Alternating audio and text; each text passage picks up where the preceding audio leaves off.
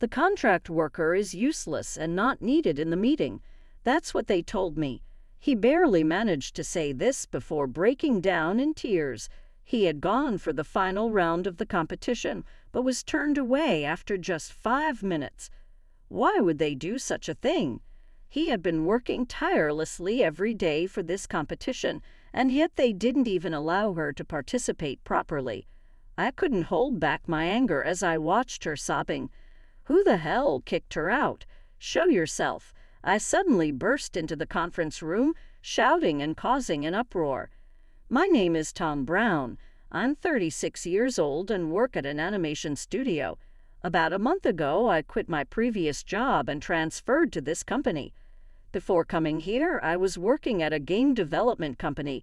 Although animation and games are closely related fields, it seems strange to others that someone who had been in game development for years would suddenly switch to an animation studio. Rumors quickly spread that there must be some deep reason behind my career change. I don't know the details of the rumors, but considering that my colleagues are keeping their distance, they probably aren't good. Just like in game development, teamwork is crucial in the animation industry. Most people in this company have a strong sense of camaraderie. The fact that we're all passionate about animation likely strengthens this bond even more than in other companies. Being isolated in such an environment is uncomfortable, and it made my work a bit harder. The one who reached out to me in this situation was Robert, who also works in the General Affairs Department. Robert, a 23-year-old contract worker who joined last year, actually wanted to work in the planning department, but there were only openings in General Affairs. I hope I get a chance to transfer to the planning department, but it's been tough finding an opportunity since General Affairs doesn't directly involve animation production, he said. Transferring to the planning department, which is Robert's dream, is very challenging. Although he's likely not satisfied with his current role, Robert has an excellent work ethic. He's kind to everyone, always smiling, and his friendly nature has made him the mascot of the department. As I spent more time with Robert, I naturally began interacting more with other employees in the department. After a few interactions, it seemed that the misunderstandings about me were cleared up, and I gradually started building better relationships. Amidst this, an event shook the company. The incident began with an email sent company-wide. The email announced a new Anon project competition, open to everyone regardless of whether they work at headquarters or a branch office. Furthermore, it's a fairly open competition, allowing anyone from any department to participate. Our company is one of the larger animation studios, but in recent years we haven't had many hits. The upper management seems to be getting anxious about falling behind our competitors. They likely hope that by holding this competition, they can spark new ideas and create a hit show. It looks like this will be a highly competitive event within the company, and if you're selected in the final round, a promotion isn't out of the question. Many people will likely participate with ambition. Robert, how about entering the competition that was announced in the email? What? Me? Robert seemed very surprised by my suggestion. Robert, you have a strong passion for animation, and I believe you can come up with a great idea. During one of our conversations, I had the chance to ask Robert why he joined this company. Robert lost his parents in an accident when he was in elementary school. After their death, he was taken in by relatives. While he wasn't treated poorly, he still felt loneliness and a sense of not belonging. During those tough times, Anine was his comfort. With a deep love for animation, Robert has been working with the goal of creating shows that can bring joy to many people. Knowing this about Robert, I really wanted him to seize this competition as an opportunity to transfer to the planning department and possibly even secure a full-time position. Can I really do something like this? I'm just someone from General Affairs, he said. It's true that Robert, who has been working in General Affairs since joining the company, has no experience in planning. Because of this, he seems to lack confidence. However, there's no guarantee that there will be another open competition like this in the future. In fact, if this competition doesn't attract good ideas, it's more likely that it won't happen again. This is Robert's chance to fulfill his dream. I'll help you out too. You said you wanted to be involved in anime production, right? You can't miss this chance to make your dream come true. Driven by the desire to see Robert achieve his dream, I tried to persuade him. You're right, I really do want to work in anime. Okay, I'll give it my best shot. With my encouragement, Robert seemed to have made up his mind. From that point on, I helped Robert every day, and together we worked on the project. It's done. After a month of brainstorming, Robert finally created something he was satisfied with. Yeah, I think it's really well done. Robert's project was both innovative and meticulously planned, resulting in a very high-quality proposal. With this, I'm sure he'll get great results. Tom, I can't thank you enough, Robert said with a smile, but the dark circles under his eyes showed just how much effort he put in. He must have been working tirelessly, sacrificing sleep every day. He worked so hard, and I really wanted Robert's project to be chosen. With that strong hope, the day of the first round of the competition finally arrived. Tom. Robert came running to me out of breath. Robert, what's going on? I made it through the first round. Beaming, Robert came to tell me the results of the selection. Congratulations. I knew you'd make it past the first round. Now it's on to the final round. Yeah, I'm really nervous about the final round. Depending on the outcome of this competition, Robert's life could change dramatically. Maybe that's why he seemed anxious the entire time leading up to the final round. The first round was based solely on the proposal, but the final round would include a queue and a session with the project creators. So, the competition participants had to go to the conference room where the final round would take place. I'm going to do my best. You'll be fine, Robert. Give it everything you've got. Right before the competition, Robert, looking nervous, spoke to the General Affairs team and headed to the conference room. All of us in General Affairs had seen how hard Robert had worked, so we all cheered him on and sent him off. I genuinely believed he would come back with good news, but 5 minutes after he left, Robert returned to the office with tears in his eyes. There's no way the final round could have ended in just 5 minutes, and his expression made it clear something was wrong. Robert, what happened in the final round? Why are you crying? Confused and unable to grasp the situation, I could only ask questions. Still looking down, Robert finally spoke. I went to the conference room when they told me that contract workers are useless and not needed in the meeting. That's what they said to me. He could barely get the words out before he started sobbing uncontrollably. I don't know why it came to this, but it seems like Robert was just pushed aside. Why would they do something like that? Robert worked tirelessly every single day for this competition, and yet they didn't even allow him to properly participate in the selection process. Seeing Robert crying and raising his voice in despair filled me with intense anger. Robert, I'll go talk to them for you, I said in a low voice filled with anger as I left the General Affairs office and headed toward the conference room. Who the hell kicked Robert out? Show yourself. The moment I entered the conference room, I exploded, shouting loudly with all the anger I had held back. Behind me were Robert and the other members of General Affairs, watching with concern. Sensing something unusual in my behavior, they had followed me all the way here. What the hell?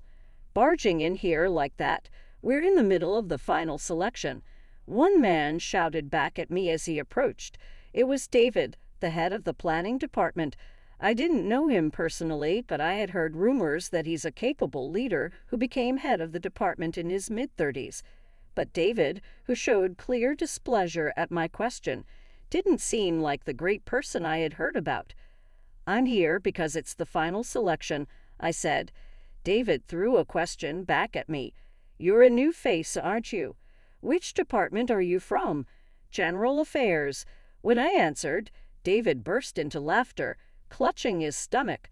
What does a handyman from General Affairs think he's doing barging in during the final selection? Though he couldn't stop laughing, it was clear David was curious about why I was there. Why did you send Robert away without even letting him properly participate in the selection? When I asked, David scoffed and opened his mouth to speak. Robert, oh, you mean that contract worker from General Affairs we just sent home? David's condescending way of referring to Robert as a contract worker grated on my nerves. Don't you get it? There's no need to evaluate a worthless proposal. It's a waste of time. A proposal from someone who usually just does the company's grunt work isn't worth looking at. Why would you do that? Robert's proposal made it through the first round. The first round was handled by my subordinates. They made a mistake letting that through. If I had been checking, I wouldn't have allowed such a worthless proposal to pass. It's necessary to maintain the company's dignity. A contract worker lowers the company's dignity. Is that an official policy of this company? Oh, it sure is.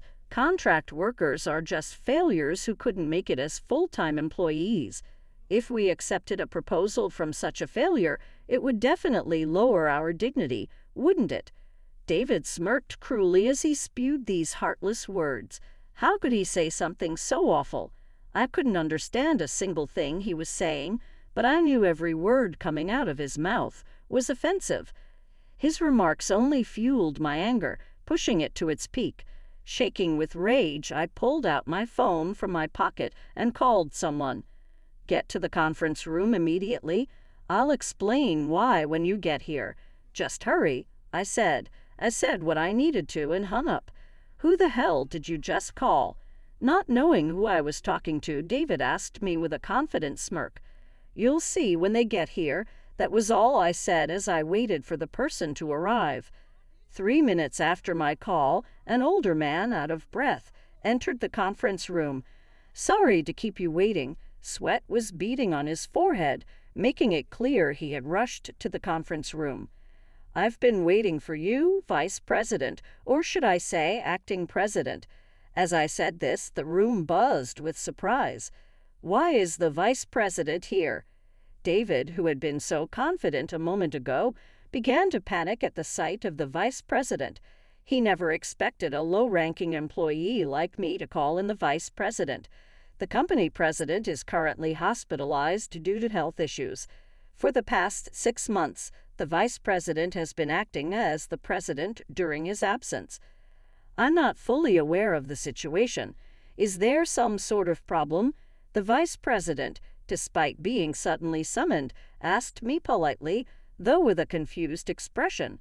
Seeing the vice president's respectful demeanor towards me left everyone in the room bewildered, and understandably so. I'm just a regular employee in General Affairs, while the vice president is near the top of the company. On top of that, there's a considerable age difference between us. Seeing the vice president greeting and scraping to me must have looked bizarre to everyone. But instead of explaining to those around me, I turned to the vice president and asked in a stern tone, David over there refuses to even consider the proposal just because Robert is a contract worker. Did you order that? I never gave such an order. The vice president looked shocked. Hearing his response, David began to panic. Of course, there's no way someone like the vice president would give an order that would undermine a company-wide competition. I knew this, but I wanted to confirm right here that David acted on his own. Vice President, don't listen to this guy. Who even is he? Why are you speaking so politely to him? Unable to hold back any longer, David interrupted our conversation. This guy, watch your mouth. Tom here is the president's son and the next in line to be president. The next president? Him. When the vice president revealed my true identity, everyone in the room, including David, was shocked. I am the only son of the company president, who is currently hospitalized due to illness. About 6 months ago, when my father fell ill, and it was decided he would be hospitalized, he asked me to take over as president. I was always expected to succeed him, but before taking over the company, I begged my parents to let me pursue my own interests, which led me to a job at a game company. However, when my father's health declined, I resigned from my job and joined my father's company to prepare to take over. Even though my father and I shared the same last name, it's a common one, so I was able to work without anyone suspecting our relationship. I kept my identity hidden because I wanted to see the company as it really was before taking over as president. If people knew I was the next president, the employees would treat me differently or hide things they didn't want me to see. That would make it impossible for me to understand the company's issues, so I chose to conceal my identity. As it turned out, working undercover allowed me to uncover the company's problems. David's refusal to conduct fair evaluations poses a significant risk to the company. At first, I was genuinely impressed that the company was holding a competition that was open to all departments. I thought it was the perfect way to discover talented individuals. But then I found out that those in charge of judging were evaluating people based on their status as full-time or contract workers. This completely defeats the purpose of a competition meant to be open to everyone, regardless of department or status. David, on what basis are you conducting these evaluations? When I questioned David in a forceful tone, he started to panic and began making excuses. No, there was a small mistake. It wasn't intentional. What is he talking about? Just a moment ago, he called Robert incompetent and flat out said there was no need to evaluate his proposal. Did he really think I would forget that in such a short time? Or is he so flustered that he doesn't even remember what he said? Realizing there was no point in continuing this conversation, I turned to the vice president. Vice President, what do you think of David's behavior in this situation? The vice president, who had heard everything, spoke with a stern expression. David's actions have completely ruined this competition. He should face appropriate consequences. Hearing the vice president's verdict, David's face fell into despair. You should regret your actions. What's happening now is a result of your own doing, I said coldly. David clung to my legs desperately, pleading, I'll change my ways and conduct fair evaluations. Please, I'm begging you, forgive me. His desperate pleading was truly pathetic, but no matter how much David apologized, I had no intention of forgiving him. People's values don't change that easily. Even if I forgave him now, there's a high chance he would repeat the same behavior. He needs to face the consequences of his actions and be genuinely remorseful. David, you're suspended until a formal decision is made. Be prepared for a severe punishment. My career, it's over. The shock was too much for David, and he collapsed on the spot. In such an atmosphere, it was impossible to continue the final selection, so it was canceled and rescheduled for another day. Of course, Robert will also participate in the final round. Having passed the first round, he has the right to be there. As for David, I didn't know much about him since I hadn't interacted with him directly, but after speaking with other employees, I found out that this wasn't the first time he had done something like this. It turns out he had a habit of being overbearing towards contract workers, often treating them as incompetent. He frequently sabotaged their proposals, ensuring they never got approved. As a result, contract workers in the planning department often quit within 6 months. Indeed, when I checked the past data, the retention rate for contract workers in the planning department was notably low. This was likely due to David's behavior. As a result of his treatment of Robert and his previous misconduct, David was terminated from his position. When he was informed of his dismissal, David looked like his world had ended, but he had only himself to blame, so there was no room for sympathy. A week after David's departure, the long-awaited final selection day arrived. With David gone, the final round was judged solely on the merits of the proposals, regardless of department or employment status. After a rigorous evaluation, the top prize was awarded to Robert's proposal. Tom, my proposal won the top prize. Overcome with joy, Robert cried as he shared the news with me. As a result of her outstanding performance in the competition, Robert was transferred to the planning department. Congratulations on your transfer to the planning department. I congratulated Robert on her remarkable achievement of moving from general affairs to the planning department. It's all thanks to you, Tom, for encouraging me to enter the competition. With tears in her eyes, Robert apologized to me repeatedly in gratitude. I just gave you a little push. You won the top prize and got transferred to the planning department because of your talent, Robert. I genuinely believe that. I'll do my best in the planning department for the company. I'm counting on you to keep up the great work. With high hopes for Robert's future, I left the General Affairs Department to prepare for my role as president. 6 months later, I took over as president and have been busy every day since. To improve the company's declining performance, I decided to hold the project competition regularly, just like the one held before. Through these competitions, many great projects have emerged, and the company's performance, which had been on a downturn, is gradually recovering. While improving performance is crucial, another important task is internal reform to prevent individuals like David, who discriminate and limit employees' opportunities, from emerging again. I revised the company's policies, and we also refined the employee evaluation system to ensure that hardworking employees receive the recognition they deserve. There's a lot to do, and the days are hectic, but it's all to create an environment where employees can work with peace of mind. Feeling the weight of my position as president, I'm working hard to make the company a better place.